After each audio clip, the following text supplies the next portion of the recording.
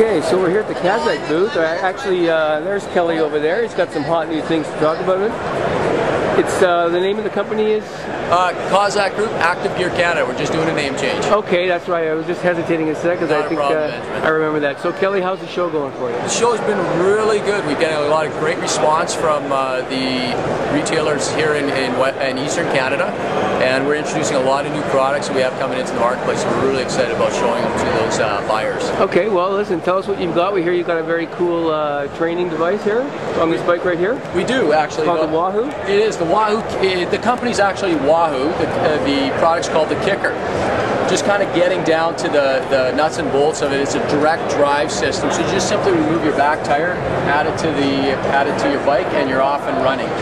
What it allows for is you're able to put any type of bike sizing, whether it's a mountain bike, a 650, any type of bike on there, and you're not worried about the problems of, say, the knobbies making that noise as you're riding it. The other thing that's really powerful about the unit is that it's quiet. It's one of the quietest on the market, it's one of the most stablest, and it's closest to real riding without physically riding. And we can't always do that here in Canada. As you'll notice, there's also no need for a front block on the system, so you don't have to have those extra features dragging them around. Right. A couple other things that are really nice about it is because of the way the flywheel's set up, it sets out two frequencies. Our very common known ANT technology, we can use it for our garments, watches, and so forth. The other thing that it does is it sends out a frequency called Bluetooth, which we're all familiar with. The Bluetooth frequency allows it to apply to a lot of different programs that are out there. We're all familiar with a lot of key ones like Trainer Roads, Kino Maps, and Strava.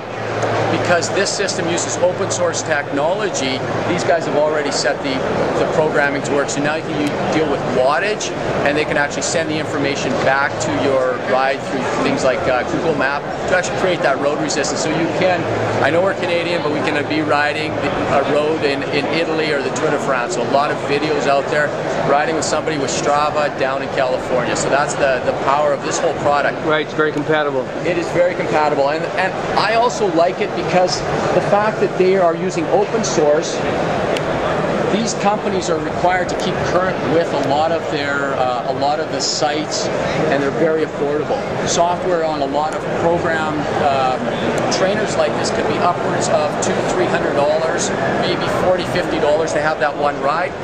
These are anywhere from free. There's upwards of 40 of them I saw in the Apple Store, up to maybe $8 or $9 a month, subscription based. So it really comes down to what are your needs, find the software that fits it, right, and this trainer works with it. There you go. Very powerful. So excellent. Excellent product. So what's the retail price, or where does it start at? Or? Oh, that's a great question. The retail price in Canada is $11.99, so $1,200 on it. We're going to start seeing a lot of them in your retail store over the next couple months. Wonderful. So I understand you also have some wheels you want to talk about and open up the door for us. Well, that's great. Come on over here. We're going to show you the wheels. I just saw them behind me, so behind you rather. That's funny, Benjamin. These wheels, obviously, you see they're Energy Lab. The company is actually a Canadian-based company. They're engineered and designed in Canada. And what I like about it is they worked backwards. They actually contacted a couple very well-known bike shops, talked with their warranty guy. Instead of the racers first, they talked to the warranty guy and they said, what are all of the problems you have with all of the rims? They took that back to the drawing board and started building from there. So a couple key things I'm going to point out right away is obviously all of their rims are clincher based. They're very affordable from that standpoint.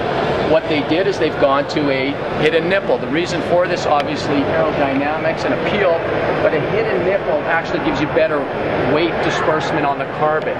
They're using a standard nipple, so we don't have to worry about proprietary nipples in the system. Sure. We can see on this, we're looking at a high gloss. Believe it or not, the high gloss is actually used because it allows for two things. People like the look of carbon, but it's actually a high heat resistant coating, up to 940 degrees. It's used to actually dissipate heat.